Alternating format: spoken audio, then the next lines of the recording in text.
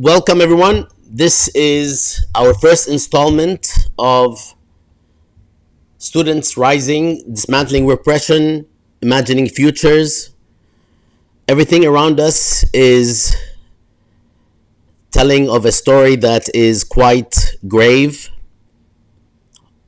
brutal, and extremely delicate at the same time. So I hope you can join us in this journey to address the unfolding developments on campuses in the United States. Students are protesting against Israel's assault on Gaza, and these protests have engulfed campuses around the United States, overwhelmingly in the form of peaceful, community-based oriented encampments, yet they have been vilified and maligned to no end via a concerted effort led by corporate media, pro-Israel organizations and groups, and significant segments of the political class, including government officials at the highest levels. The consequences have been grave, including excessively violent police raids and widespread arrests of both students and faculty. Administrators have been quick to call for shutting down protests and encampments, often aggressively, violently, and clumsily. We address the demands of the students and the broader context within which encampments are constructed and dismantled, with students as our primary guests as we have today. We appreciate everyone keeping their identities as visible as they like. People are able to join us anonymously. If you would like to join this conversation in the next iteration, email us at SC, S as in Sam, C as in Carol, at PalestineInContext.org. Let us know that you would like to join this conversation as part of the students that are setting up the encampments. If you also would like to join generally as a student who might have an issue, feel free to email us as well, and feel free to tag me directly. My name is Bassam. All right. We have a few videos, we have a few conversations that we're going to use from the various platforms on social media. But first, let me start by asking folks to address, hello, if you need me to, the people who are joining, somebody just joined, if you need me to use a particular name, put it on your screen where you just signed on. So if your name is Lisa and you put Lisa on the screen as opposed to whatever else, I'm going to go by Lisa. So the person who just joined, if you are okay with the name you typed, you are okay. All right, so I'll just bring you in as such. But first, let me start by asking Nusayba to share with us the state of play at George Mason University, which is a part of the encampment at George Washington University. We will be discussing a number of issues, including what's been happening at UCLA. In fact, let me see if the UCLA person, do you want to use the name that you entered? Because I know you are on a tight schedule. Yes? If not, enter in the chat any name that you want me to use.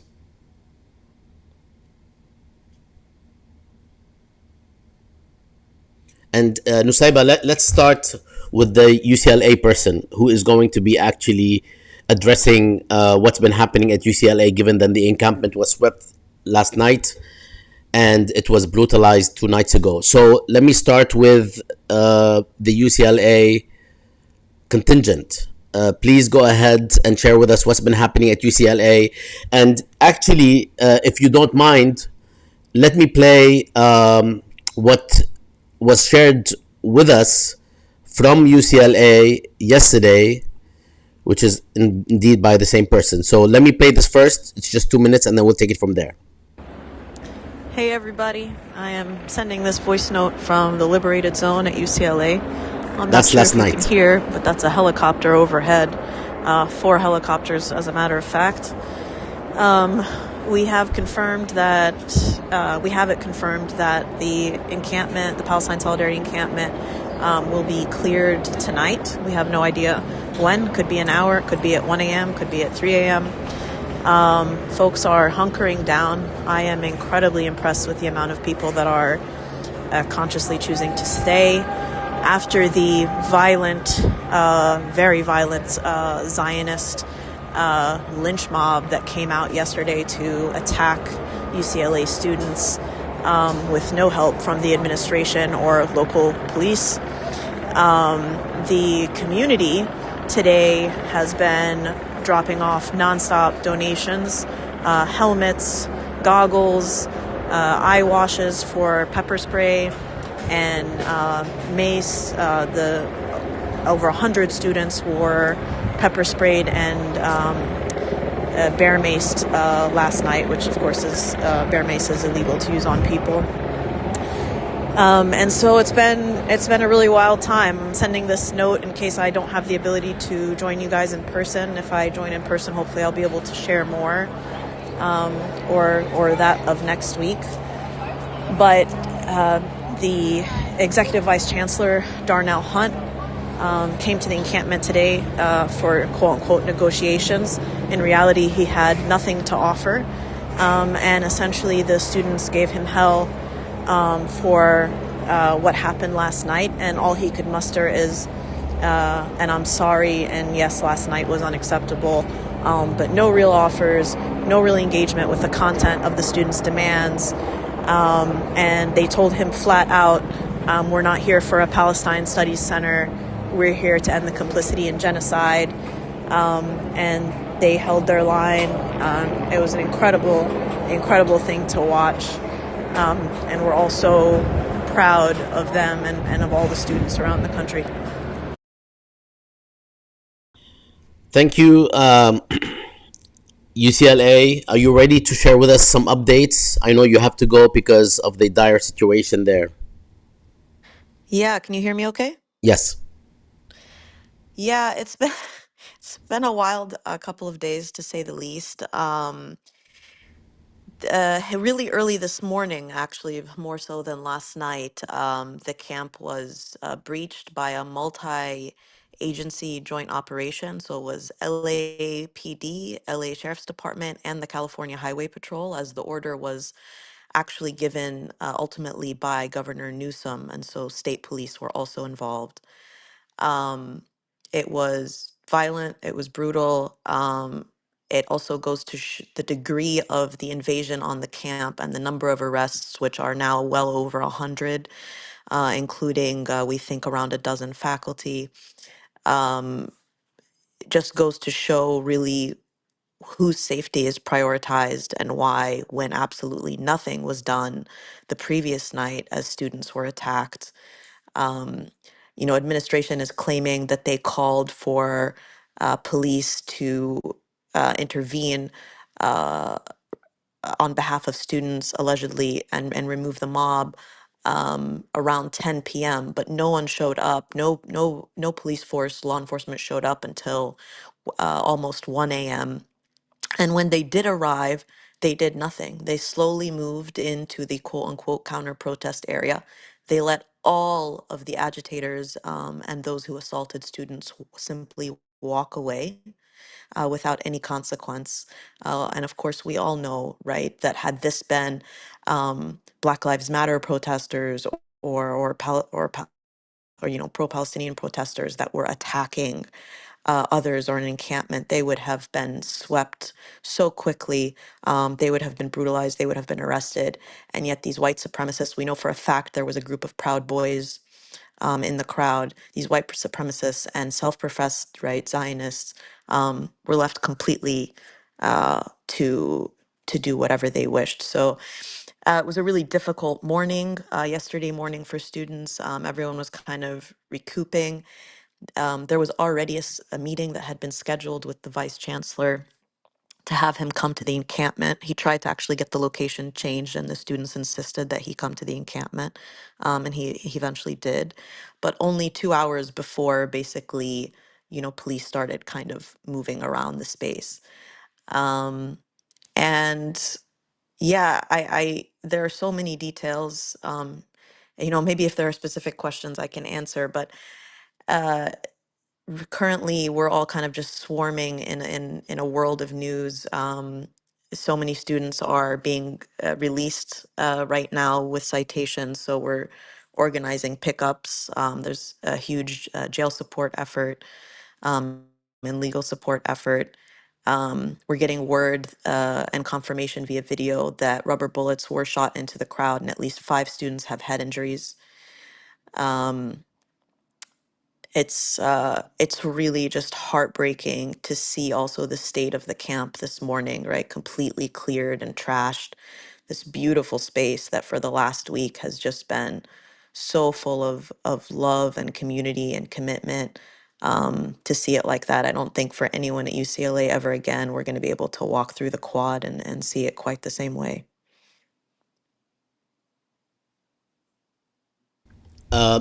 I have been able, as well as many others, to watch the conversation with the vice chancellor, which was actually interesting because the vice chancellor was trying to be as calm and as understanding as possible, except that the facts on the ground did not comport with his attitude. And even though the Right. students were somewhat aggressive, and interestingly, people were wondering why they're being aggressive. It was because they were brutalized the night before.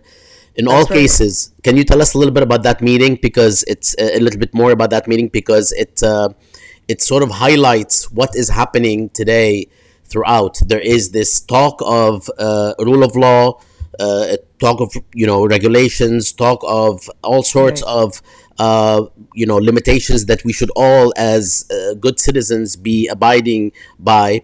Whereas in reality, the people who are actually being brutalized institutionally, not just by individuals, but institutionally by the police and so on, are the people who are in the encampments, where the overwhelming majority, I mean, almost the absolute, beyond the absolute majority, as we have seen with the 24/7 cams that are filming all these encampments, and myself who has visited many of these encampments, they're more of like it's a zen space actually for the most part. Can you tell us a little bit about that meeting, and then we'll let you go. I know you have a lot to do at UCLA. It was incredible to witness, to be honest. Yeah, I mean, I think some people would probably use the word aggressive. I think they just were incredibly courageous, and did not feel the need to sort of abide by nonsense civility politics, right, while dealing with the vice chancellor. Um, it students started by showing bruises. There were, and I'm not sure what you could see on the video, but there were several students that were speaking that moved their t-shirts kind of to the side and so on and showed him bruises, and explained some details about what had happened the night before. And one of the main mottos of the camp has been, really, right, we keep each other safe. And um, and and that night and all week it has been proved that these students keep each other safe because no one else is willing to keep them safe. That night was a buildup because every night and every day since the students started the encampment at UCLA, there have been Zionist agitators on campus, and there has been no effort to make sure that these students are safe, right? Instead, absurd accusations are flung by Zionist media that, oh, they have entrances to the encampment and they're asking people information as they go in, and they're discriminating against Jewish students, which is absurd. Half the encampment is, Jewish Voice for Palestine, and other anti-Zionist Jews on campus. Right? They're asking people questions or asking folks inside the camp to vouch for visitors coming into the camp, and protecting their encampment because they don't want someone to come in and cause trouble. Um, and so, yeah, I mean, I think also the conversation with Vice Chancellor Hunt, it was really important for them because they wanted to show him and show the larger encampment, unlike perhaps some other such negotiating situations that have happened across the country. They wanted to do it in front of the whole camp. They wanted it to be quite visible, and they wanted to show him that we are not wavering. I think one of the most um, telling quotes from from that meeting was, you will not task force us out of divestment, right? They're not going to sort of accept these nonsense committees. And one young African American woman, just incredible organizer at the camp, told him at one point, um, you will have to take the life out of me before I stop fighting for this, right? So just some incredible, really incredible young people, and coming off of that night before of the mob attack and being able to hold the camp themselves when no one else would help, were quite energized in that meeting. And then to only a couple hours later, essentially be barricading the camp and preparing for police invasion. It's been a very, very crazy 48 hours at UCLA. And the police breach of the encampment did not actually happen until about 3:30 this morning. So there was a lot of buildup, a lot of amassing of sort of troops essentially, and hours and hours of arrests. Only up until maybe an hour and a half ago, there was still a bus of arrested students leaving campus. So this is a very, very fluid situation at this point, and we're getting information every minute. Thank you very much. Nusayba, Mina, and others here, would you like to ask any questions? Since you have the equivalent situation, even if not as brutal, taking place where you're at. Yeah, I guess I'm after seeing, the bravery of the students that after a night of, truly a night of terror that they were facing at the hands of the agitators, the Zionist agitators that came at them. And I actually haven't been able to see much because I was preparing for exams, but I saw a couple of videos of students essentially lining up, wearing helmets, fortifying their camp. So I'm just curious to see like how how were students able to come back without the fear or knowing what had happened the night before, knowing that the police are likely to do something, and how did people prepare for that? Yeah, so those images that have seen going around of students in helmets and goggles, that was actually from this morning slash last night. Actually, after the Zionist attack, so much attention was brought onto UCLA and community which have been coming out and making food and other sort of PPE donations, masks and other things. Um, After last night, right, there was this sort of rush call from the community of, well, what do you guys need urgently? And after over 100 students were pepper sprayed that night of the attack, or mace sprayed. And so the main ask was for goggles and potentially helmets, because they were being, hit with plywood, and other objects were being thrown over the encampment boundaries.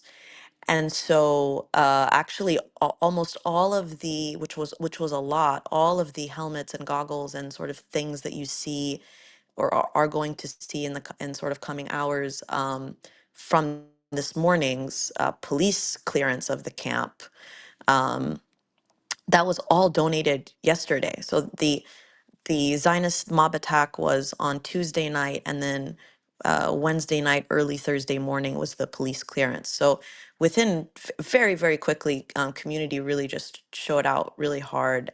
Students, the barricades basically came down on Tuesday night, and all of Wednesday, yesterday, students rebuilt everything. So, quite incredible, what they were able to do. And as far as where they get the courage from, I'm not sure, but their conviction is incredible, and we as faculty are certainly in awe of them.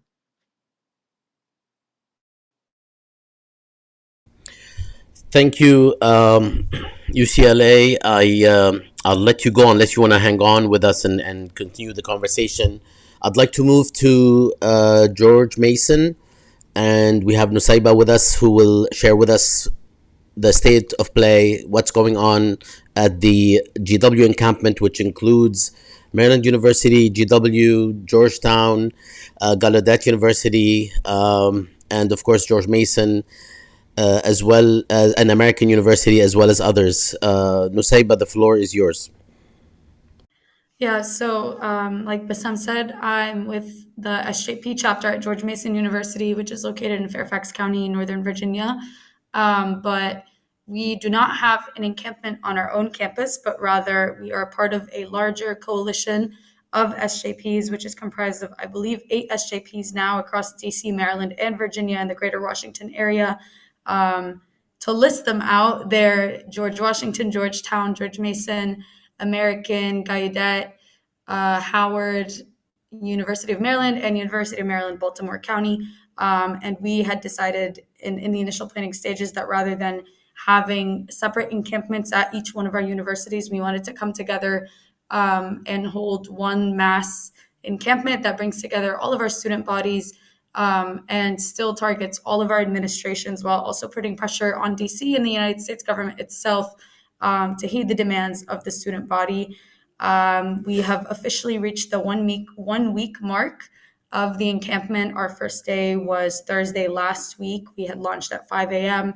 And we're still going strong. There had been attempts to barricade students, which were successful for several days, in which tens of students, dozens of students were essentially trapped inside of University Yard with no access to running water, no access to restrooms, electricity. They couldn't leave. If they leave, they're not allowed re-entry. There were some searches, there were some ID checks. Students had health conditions that weren't being cared for, but on Sunday night to early Monday morning, the community was able to successfully breach the barricade that was placed by the Metropolitan Police Department at the hands of the GW administration, and we reclaimed University Yard and took back the land as our own and established the liberated zone stronger than we had previously done. And actually, right now, there are hundreds of people outside rallying to protest Zionist pressure against the camp and also to ensure that we are protecting the students from all 8 universities that are present today. It's really heartening to see all the work that we've been able to do in just a week and seeing how the community comes together to provide us with all the supplies we need, whether that's every single meal from like breakfast to late dinner, providing us with tents, blankets, sleeping bags, shelter, tarps, water, even medical supplies. We now have a free library running where people can come and take books that are about Palestine or other revolutionary readings. We have a lot of community members joining us for programming, whether it's musical performances, political education, dance, teach-ins, educational workshops, just discussions in general. I think what makes our encampment unique and special is that while it is hosted at George Washington University, it's not only one university being represented, and it's not only the work of the students. While yes, the students are leading this, and it is the product of the students planning and the students mobilizing. We would not be here without the community, and we have brought together all aspects of it in DC and all organizers in DC. And it's been pretty amazing to see the result of this just 1 week in. Thank you. Before we get into other questions, I'd like to hear from others. Mina, can you state? I mean, feel free to share as little or as much as you like in terms of what campus are you representing or not.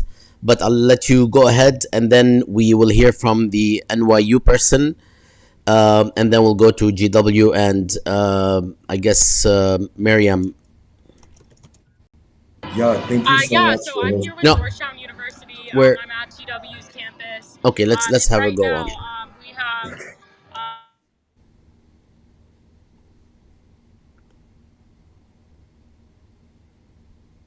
All right, we looks like we lost her.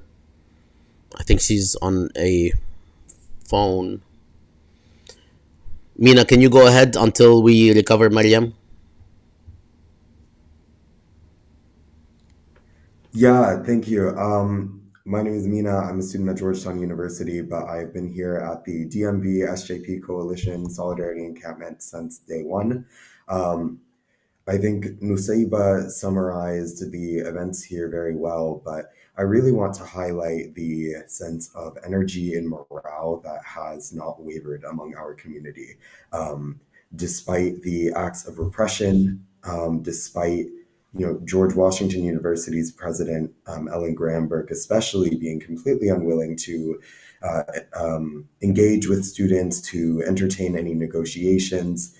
We remain confident, we remain steadfast. I think one thing that has been really encouraging is we've received an abundance of messages from Palestinians on the ground in Gaza, in the West Bank, countless voice memos and photos, people writing messages saying thank you to the DMV students on their tents in Rafah. People or children holding photos or holding signs that say thank you to GW and to DMV SJP for our efforts. And it really is encouraging because it lets us know that the work we're doing here is not in vain. There are a lot of people who would like to discredit the power of this type of organizing, but really it has gained international attention. It is, we are inspired by our people on the ground in Palestine. We are inspired by their steadfastness, and it is a really beautiful thing to consider that that inspiration is being reciprocated mutually. Yeah, that's what I've been reflecting on lately. Thanks, Mina. Before we have a faculty member who's calling from the GW encampment, but I do know that NYU is waiting. Can you hang on a second, NYU, so we can speak with the faculty member who's going to address what's happening at the GW encampment right now? Yeah, no problem. All right. Um, can I bring you on, faculty member, in full view? All right. Let's do it.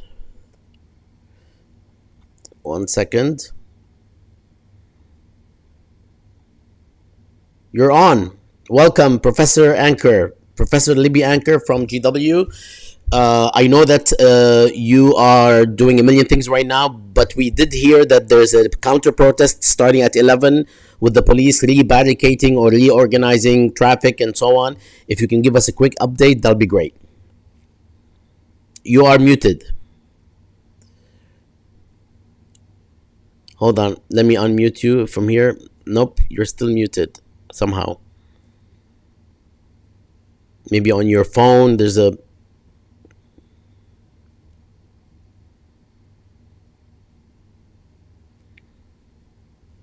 You're still muted. Sorry. You might... Do you want to call back and make sure your mic is on? Okay, sorry about that. NYU, please share how you'd like us to call you, because calling you NYU is kind of weird. And feel free to move forward with whatever you'd like to share about the New York atmosphere, which was horrendous in the past couple of weeks, of course, with the total sweeping of the encampment at Columbia a couple of days ago. So if you can share with us your reflections and experience. Yeah, thank you so much for having me. And also to clarify, I'm not speaking as a representative of any specific campus or encampment. I'm just, speaking about general sentiment and observations throughout the city. There have been several encampments, at various points, all over New York. I think 6 or 7 in total. And yeah, 2 days ago, the NYPD went in and they swept both the Columbia and the City College of New York campuses, the encampments, after both holding strong for, over a week or around a week.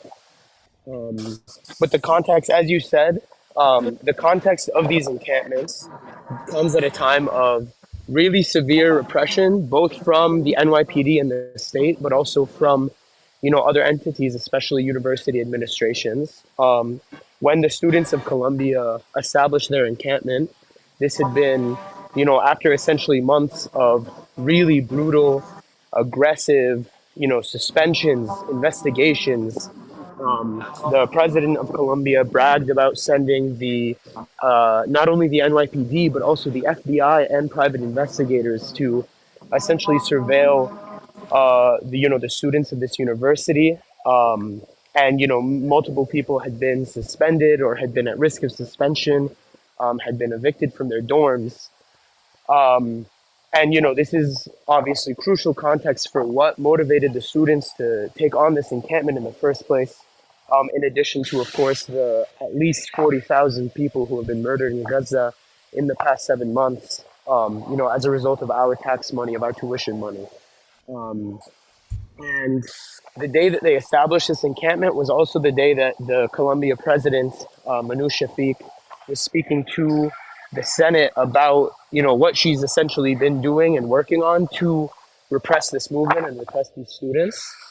And what we've seen around New York City is that there has been a really extreme effort and tight coordination between administrations and the NYPD to ensure that these encampments essentially would not last as long as they could.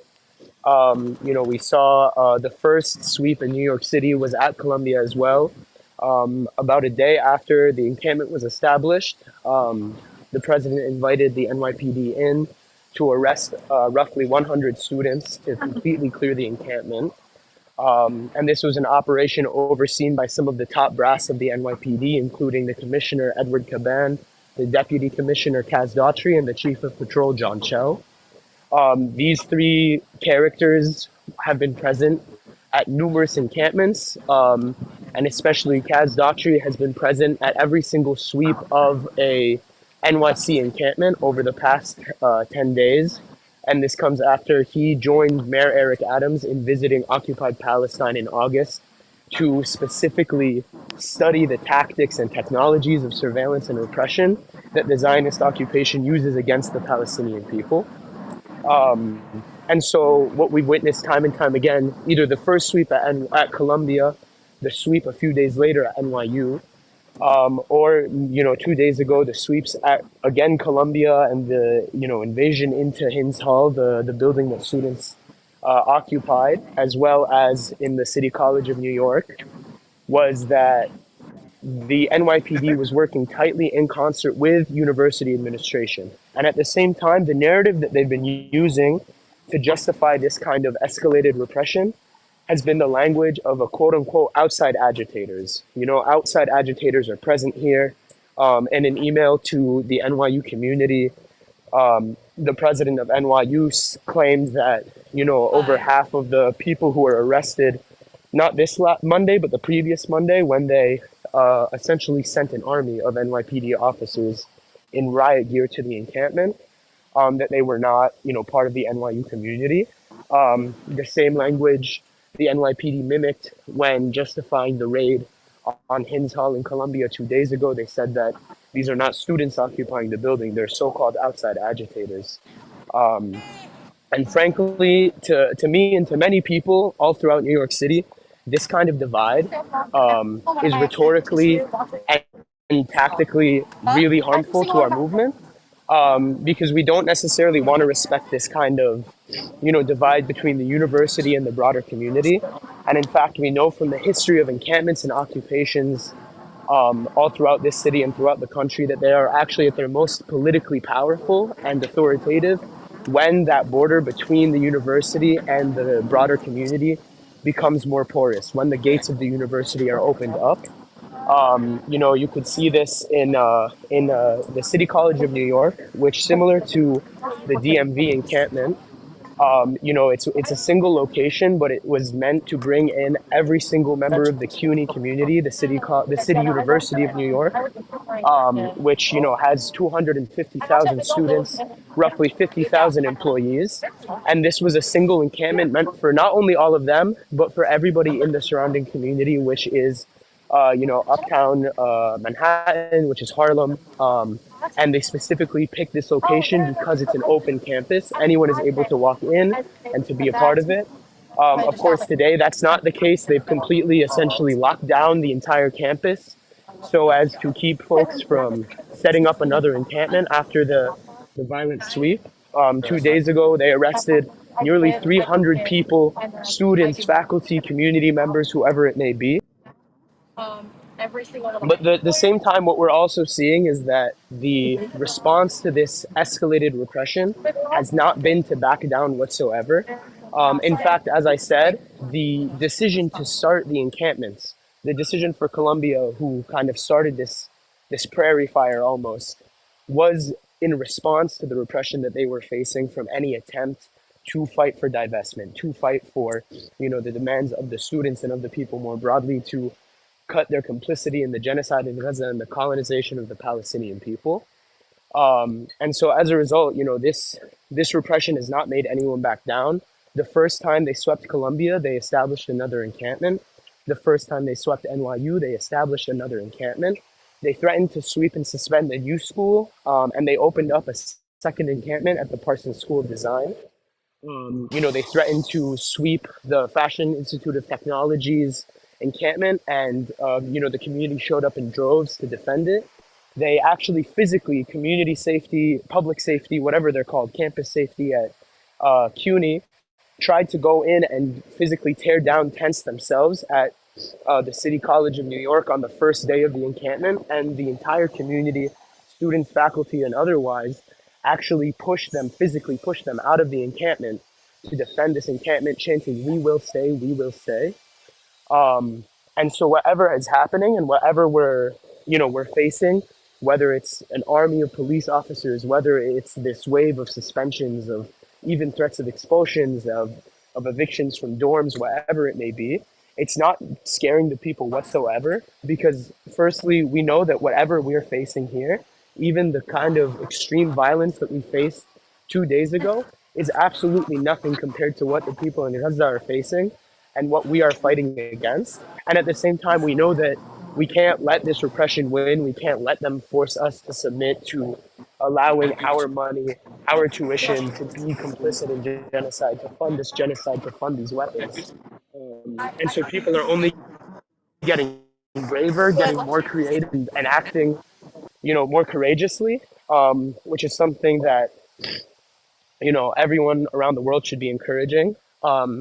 As we saw, from Cal Poly Humboldt to Emory to UCLA to Emerson, to CUNY, to every other campus, students are not only rising up, but they're actually learning how to defend themselves, how to defend one another, how to keep each other safe, and how to resist this kind of fear mongering and repression, not only from university administration, but from the state and the entire apparatus of repression that is, cracking down on people protesting a genocide.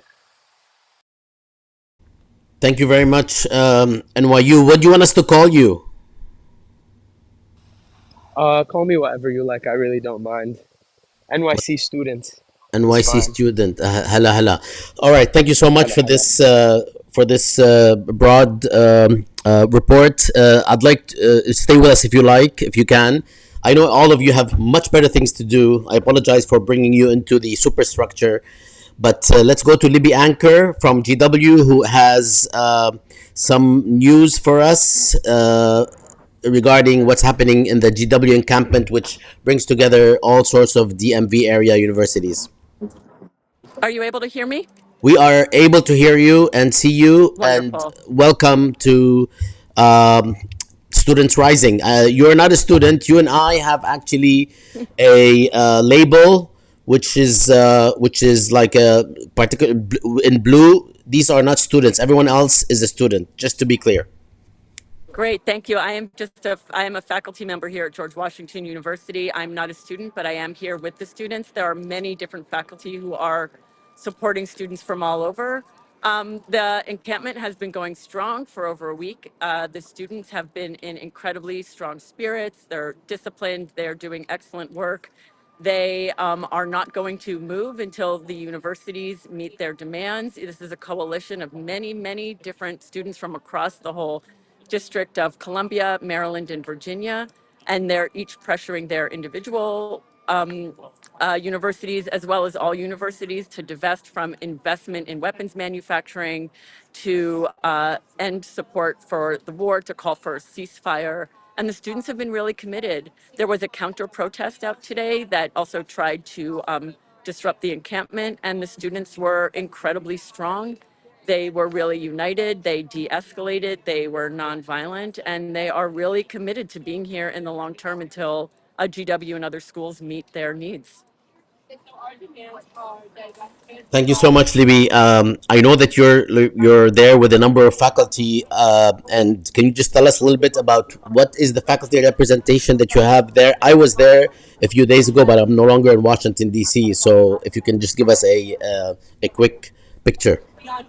Yeah, we have had hundreds of different faculty participating from all over the District of Columbia, Maryland, and Virginia. There are faculty from all different schools who are taking turns here, who are coming out to support the students, making sure that their needs are met, that their encampment has what they need, and also serving as liaisons for them between us and different administrations, different schools. Are trying to respond. The students have been, begging for the highest levels of administration at GW to respond to their calls for divestment, to ceasefire, for supporting pro-Palestinian speech.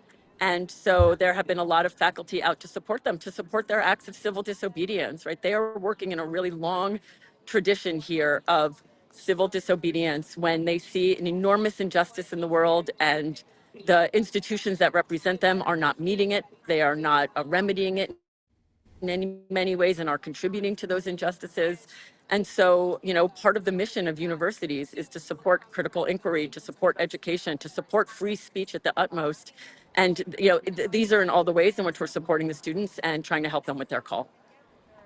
Thank you very much, Libby. We will. You can stay with us. You can stay on. We will be moving on. I hope to have you back again, and any other faculty who are willing to join, just to sort of share the faculty aspect of these encampments, because a lot of people who are criticizing, describing, quote unquote, what is happening at these encampments, make it look like it's a mob of students, as though these people are not our students. These people are not, basically, like people, like human beings, the way it is being described. So this is why I would like to reach out to some faculty every now and then. So thank you very much, Libby. I'd like You're to go welcome. next. Thank you, Hala. I'd like to go to Galadat and Yasmin. Please, the floor is yours. Share with us your experience. I know I did interview you a few days ago, and would love to hear from you. Yeah, so thank you for having me. I'm actually here right now on GW's campus. Well, the most recent update is that the GW quote unquote revolutionaries flag was taken down from the flagpole in U Yard, and the huge Palestinian flag that we have was put up. Um, and we saw it right when we finished the rally we just had outside with community. So when we came back, there was a huge Palestinian flag up. Everyone's energy was super high. And then, of course, GWPD came and took the flag down, and grabbed the rope that the flag goes up on.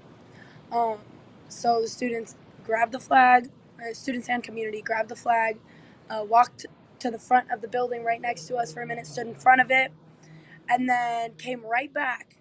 And everyone locked arms around the flagpole, and they put the flag right back up. And GWPD was overwhelmed by our numbers, and they knew that they were losing, and so they kind of just gave up. And there's actually a video that was just posted on Instagram. It's really funny. You can see people literally pulling the rope out of their hands and then them giving up and walking away.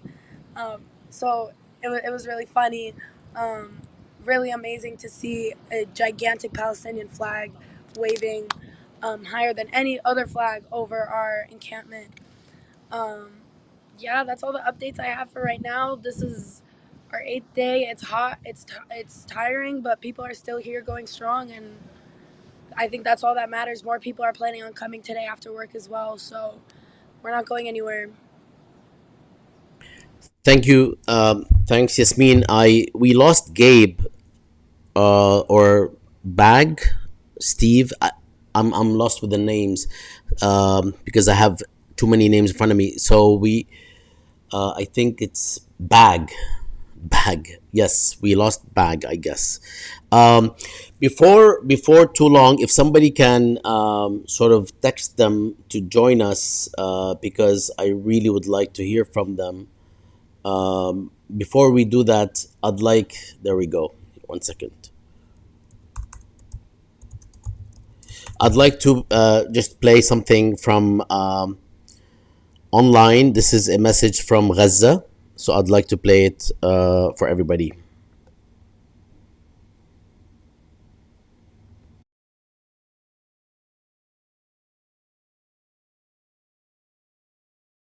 بنبسط كتير لما نشوف طلاب أمريكا واقفين معانا وحاسين فينا وجينا نشكركم بطريقتنا البسيطة.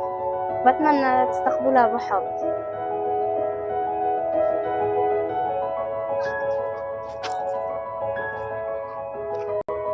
شكرا كولومبيا، شكرا أوروي، شكرا سينسكو، شكرا بلاشن، شكرا ين، شكرا UCLA، شكرا Students for Justice in Palestine.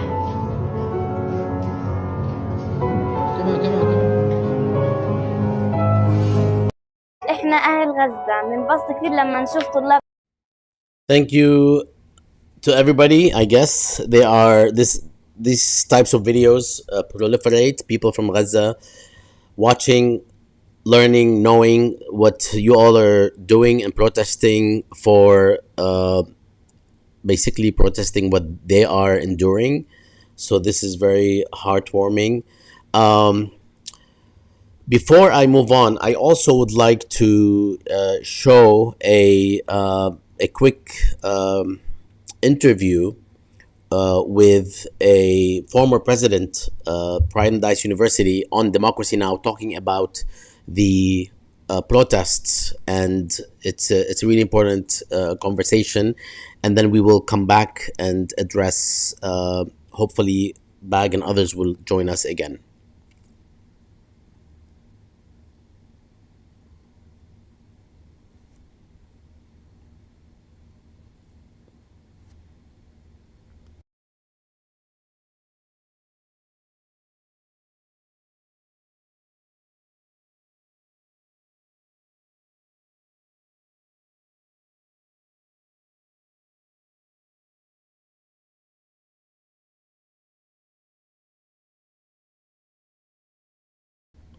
All right, maybe we will reload. Right now, and what you think should be the path and the response of universities around this country as students rise up in horror about what's happening in Gaza. I think when students rise up on any issues around the world or on their local communities as well, universities have to begin with first principles. We exist for the purposes of creating and discovering knowledge. That requires free expression and protection for free expression.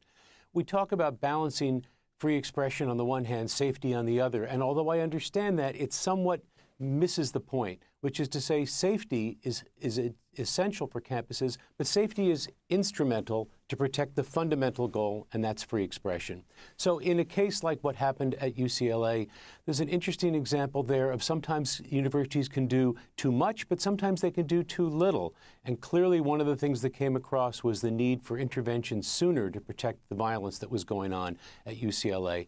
But I think I would even take the camera back a long way further and say that the real answer here is work that takes place a long time before these events happen. You have to build relationships on campus. You have to know who these student leaders are and student groups are so that the kinds of conflicts that we're seeing now don't happen the way that they're being presented, but happen in a much more productive way for all concerned.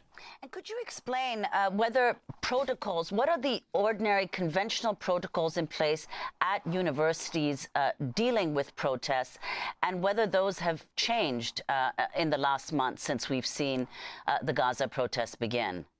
I think different universities obviously approach this in different ways, but if you look at the ones that are the most productive, the most functional right now, they really cover a range of outcomes and a range of approaches. Look at University of Chicago, where the president just put out a statement that said, here are the rules of engagement, and that you can stay out on the quad and encamp for certain lengths of time. But here are the guard rules. Anti-harassment rules still apply. You can't threaten people. You can't interrupt the functioning of the university, but you can have an encampment. President of Williams College put out a statement roughly along the same lines. President of Brown was involved in negotiations with students where I think they reached what appears to be a pretty good result. Did the students get everything they wanted? Of course not. And did the university get everything they wanted? Of course not. You know, one of the biggest mistakes here is when you start to think about the students as they as opposed to we. There's only one constituency here, and that's the university. The faculty, the students, the staff, the administration, the trustees all have to think of themselves as we working together. As soon as it splinters into they, that's when you start getting problems and sometimes tragedies. And what about your response, Professor Lawrence, to what the university professors say, namely, sorry, the university administration say across the board, which is that they're acting in the interests of students, Jewish students on campus, who feel they're being threatened on campus. As the crackdown on the student uprising has intensified, the House now has passed a bill to widen the federal definition of anti-Semitism. Critics of the bill included Jerry Nadler, the most senior Jewish member of Congress and a strong supporter of Israel.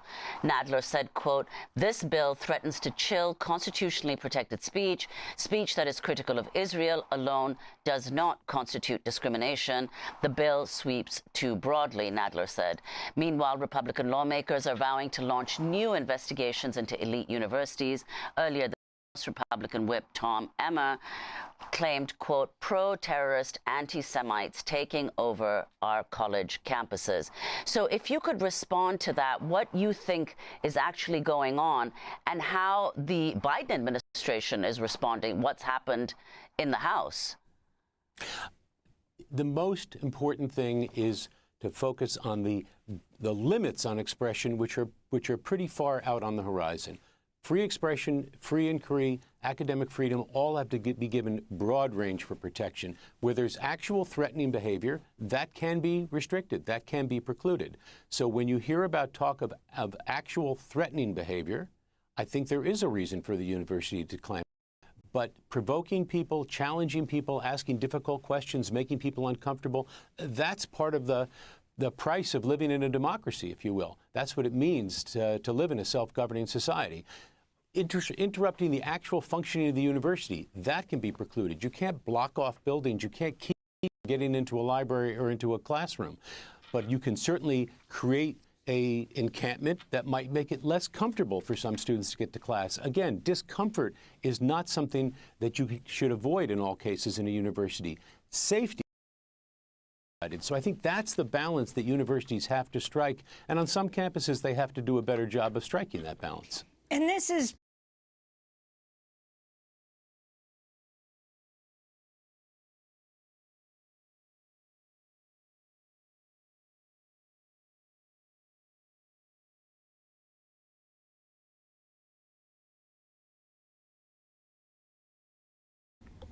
All right.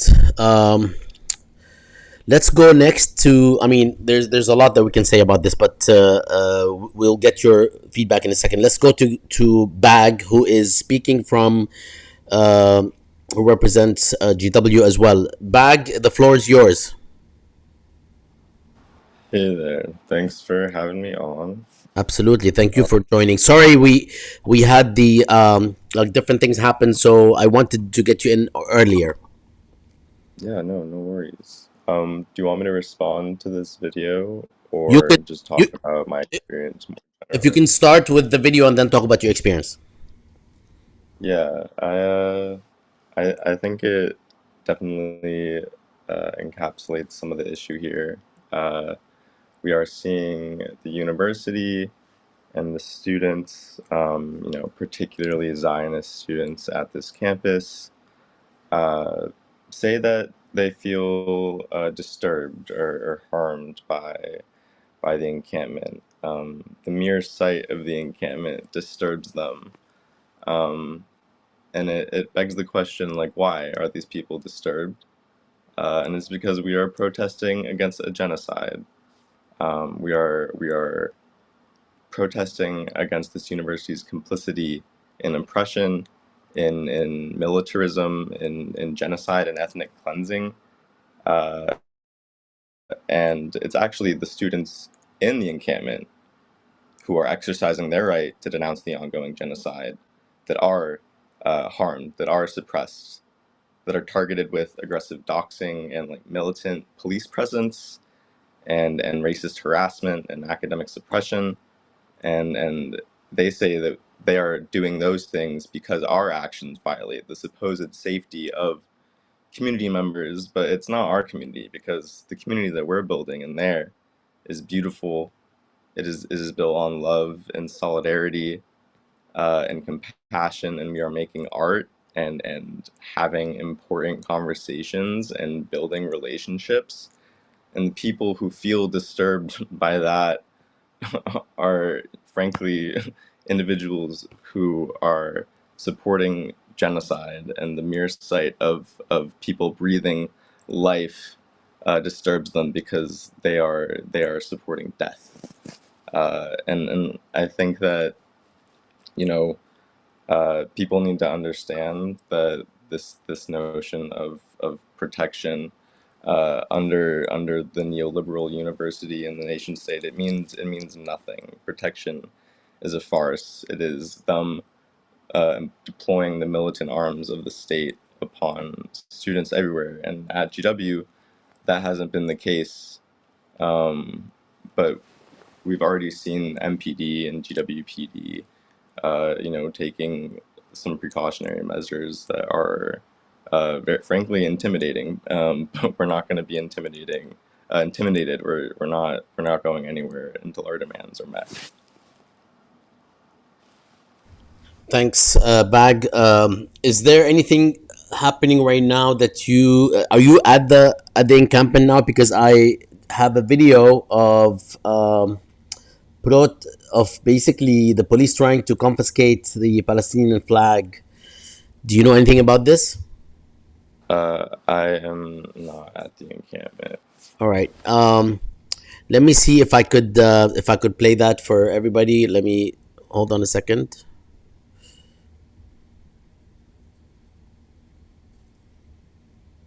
No, I'll have to come back to it. Until I do that, I'd like to actually show something which is pretty disturbing, and this is a video of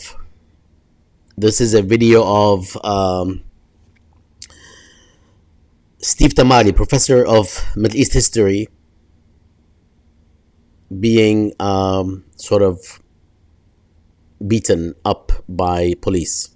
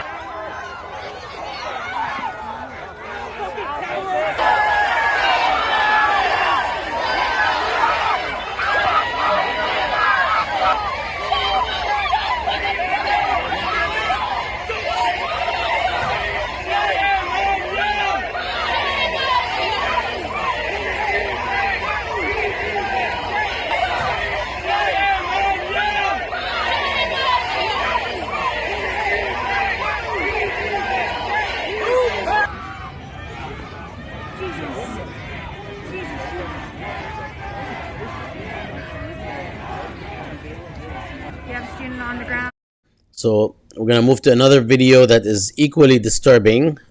which is basically by a very interesting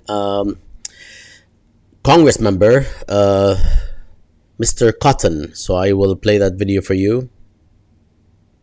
We're here to discuss the little Gazas that have risen up on campuses across America and the liberal college administrators and politicians who refuse to restore law and order and to protect other students. These little Gazas are disgusting cesspools of anti-Semitic hate, full of pro-Hamas sympathizers, fanatics, and freaks. The terrorist sympathizers in these little Gazas aren't peacefully protesting Israel's conduct of the war.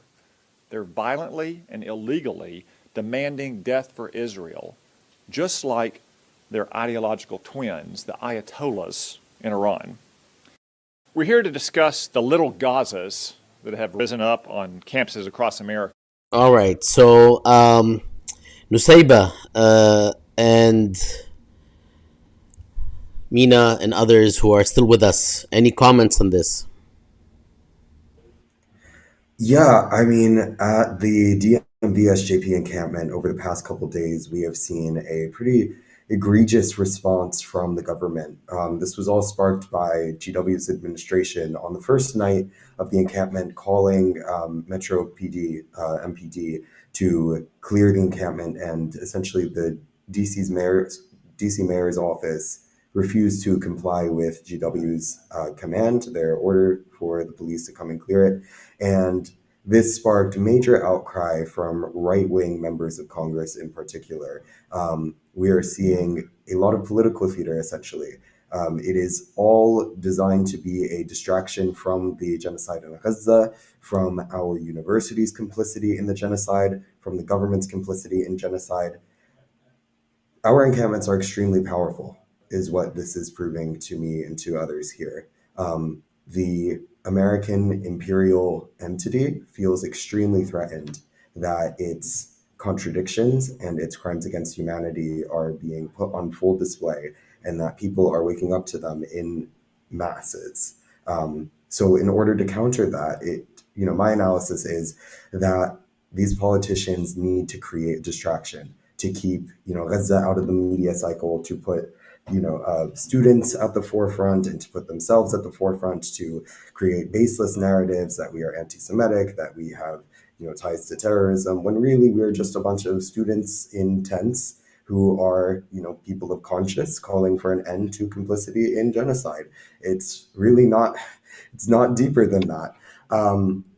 But I mean, just yesterday, Lauren Boebert, the far-right congresswoman from Colorado, had visited the encampment, and she took the mic. She actually took one of our megaphones. So she confiscated our personal property and started went on this whole tirade against trans people, against gay people, against Chinese people, against all these marginalized identity groups that were present at the encampment. And I think it's quite absurd to believe that a woman or any person like that has any interest in the safety of any marginalized group. You see, these politicians have quite literally zero interest in countering anti-Semitism or hatred against any group, and that is evidenced by their promotion of these bigoted ideologies, their racism, their homophobia, their Islamophobia, their transphobia, and ultimately their own anti-Semitism testifies against them.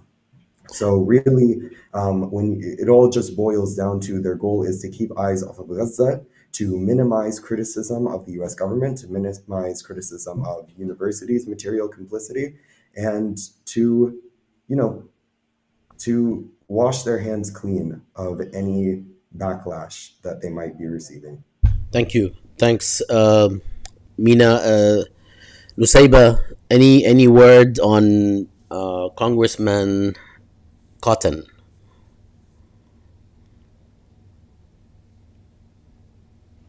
What do you mean specifically regarding him? What he said. What he said about. I mean, I think the framing of calling it Little Gaza makes it very clear how they view this, and the response, like the United States response to Gaza itself, and then comparing the conditions that we are facing here at the encampments versus Gaza. I think that in itself speaks for itself, but I think also equating what we're doing with terrorism and claiming that peaceful protesting is essentially something that goes against the United States, and as an attempt to justify, the police repression tactics that they're calling for. And we know that this statement made by Tim Cotton, as well as the other politicians present, were in response to the DMV SJP encampment not being shut down. So I think our presence here is a testament to Palestinian resistance and a testament to the fact that, with community support, we can sustain ourselves for as long as possible. And that in itself is a threat to the United States, although we are doing it in a manner that is peaceful, although we're doing it in a manner that is not truly harming anyone. They still find ways to make those claims, whether it be through anti-Semitism, whether it be through claims of violence or harassment, or claims of disruption, claims of blockades, whatever it may be. They're doing everything they can to shut us down, but we're here to stay, to say the least. Thank you. I would like to actually, if you can hang on a second, I'd like to play something that's quite disturbing, which is the use of rubber bullets. A video showing the use of rubber bullets yesterday by police at UCLA. So here we go.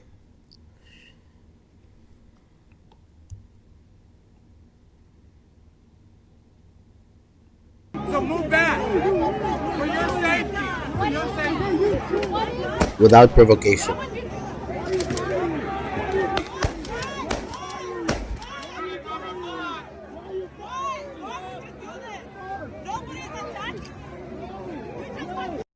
So move back. So people are saying, why are you doing this? Nobody's attacking you, and they're filming, and they're obviously not being attacked. This is just a quick indication of what people are dealing with. All right.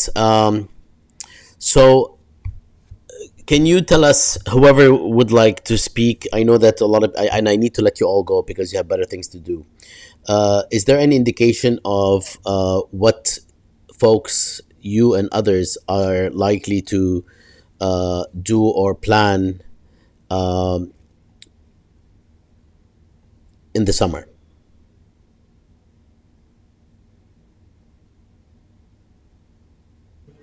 Do you mean as an encampment? Yeah, Plans for the encampment, summer? protests. I mean, is there, people are wondering, is this all gonna die down? And if, because naturally campuses will be, some will be more ghost towns than others, but there'll be also very few students around. Do you have any plans? Is the strategy going to be shifted to something of a different nature? And are we seeing a situation that is going to be pegged on what's happening in Gaza, whether it's the invasion of Rafah or the continuation of mass murder, as well as ethnic cleansing, as well as a transfer of these assault to the West Bank? Is it something that that you have discussed, and are we likely to see a continuation of this sort of dissent and protest in the fall? I'm happy to speak to that. So, first thing I want to say is that our organizing will not slow down. The genocide in Gaza is more dire than ever. Rafah is being carpet bombed. Netanyahu has announced full intention of a ground invasion. Our people are digging up mass graves, finding doctors still in their scrubs with their hands zip tied around their backs. These are the most egregious scenes that I have ever seen in my lifetime personally, and it's being broadcast live on social media. The Zionist aggression against the people of Gaza is not slowing down, and neither will we. Of course, there is the question of what happens when students from out of state start going home and leave campus. I think it's important to remember that organizing is not just encampments, right? We have been doing protests and rallies and email campaigns and shutting down all sorts of things to put pressure on people in positions of power for the past 6-7 months, and even well before that. Organizing for Palestinian liberation did not begin with the Columbia encampment. That is just a creative development in how to organize and how to continue to apply pressure to these positions of power. One thing that I like to think about is, in 1986 at Georgetown, there was an encampment protesting the university's investments in apartheid in South Africa.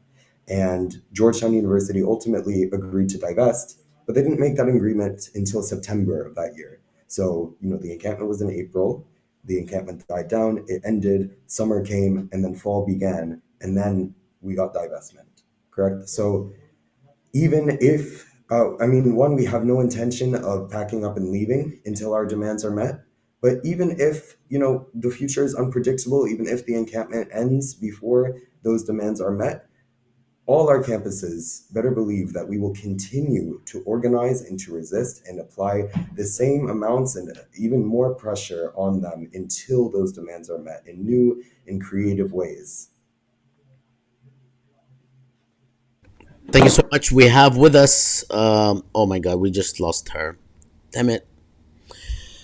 Our rep from CUNY has been able to finally join us, and I hope that she can call back. Let me ask her to call back, and then we will have to wrap things up very quickly. All right, so in the meantime, I'd like to show you a video of what's happening right now at GW, where there's an attempt to take the flag away from the protesters, the Palestinian flag. So let's go to it.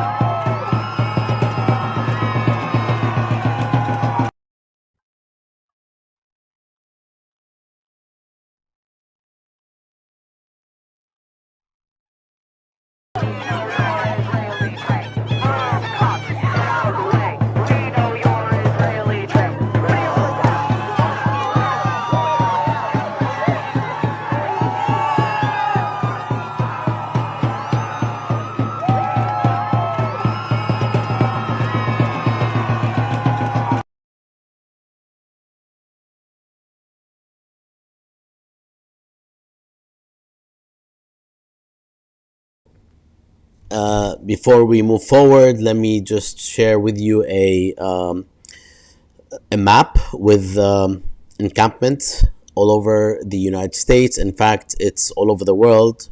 If you look at the entire map, it's in different places. Clearly, the US is the fulcrum, and it's basically at Students for Gaza .directory if you would like to check it out. Beyond that, let me just say that I know that so many of you are likely to continue doing what you're doing.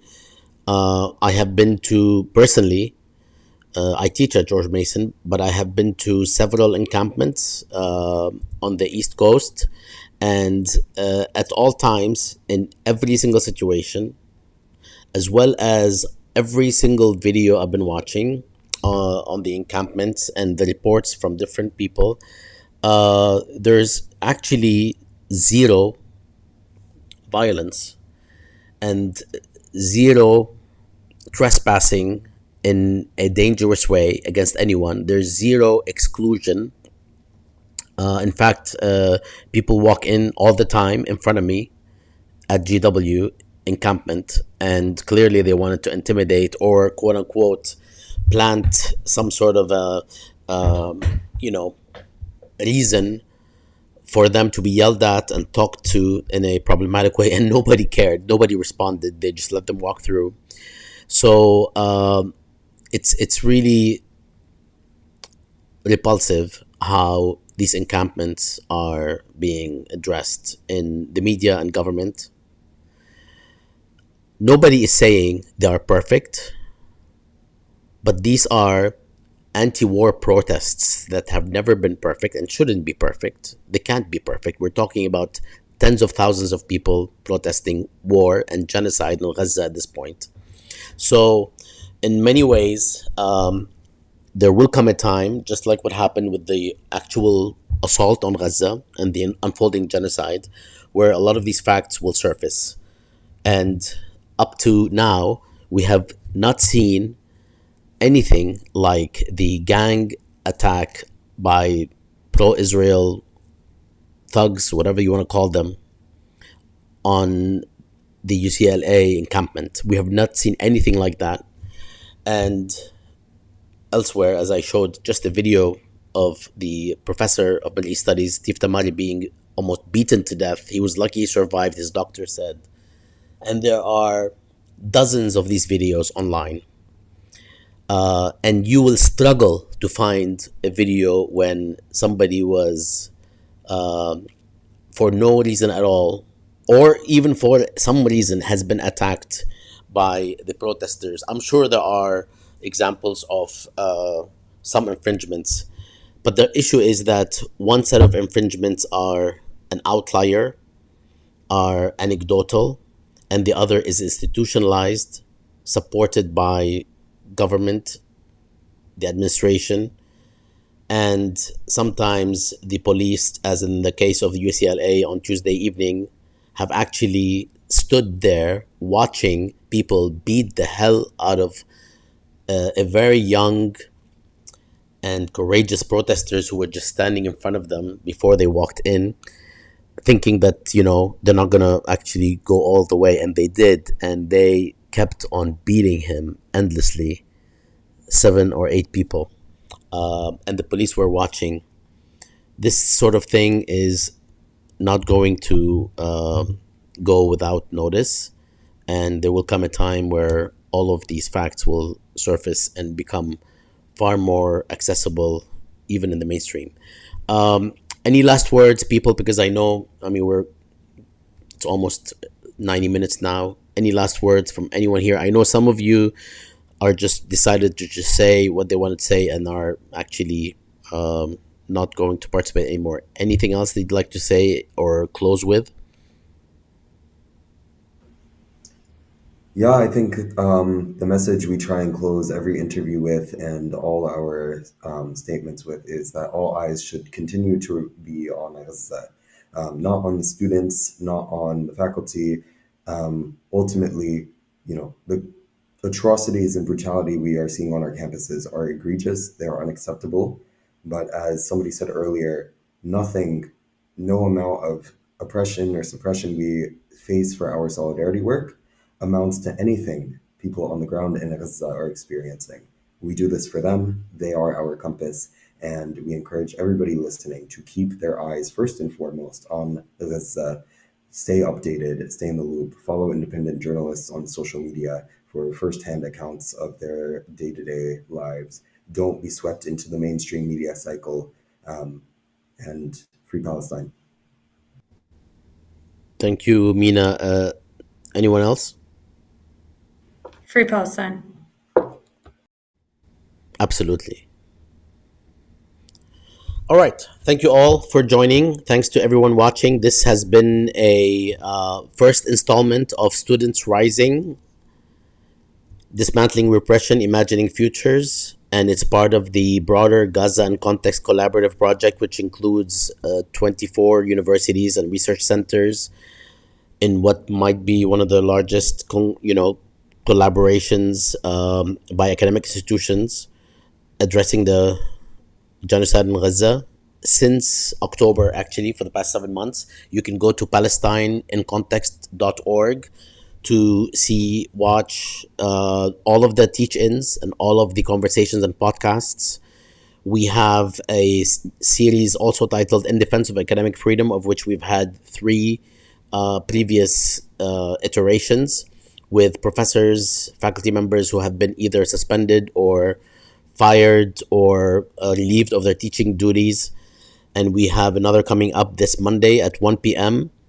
addressing academic freedom in Israel with Maya Wind and Sarah Lahmoud, as well as a third speaker, Shahrazad, who has written a very important article on the arrest of Nadira Shalhoub, who is a professor at the Hebrew University.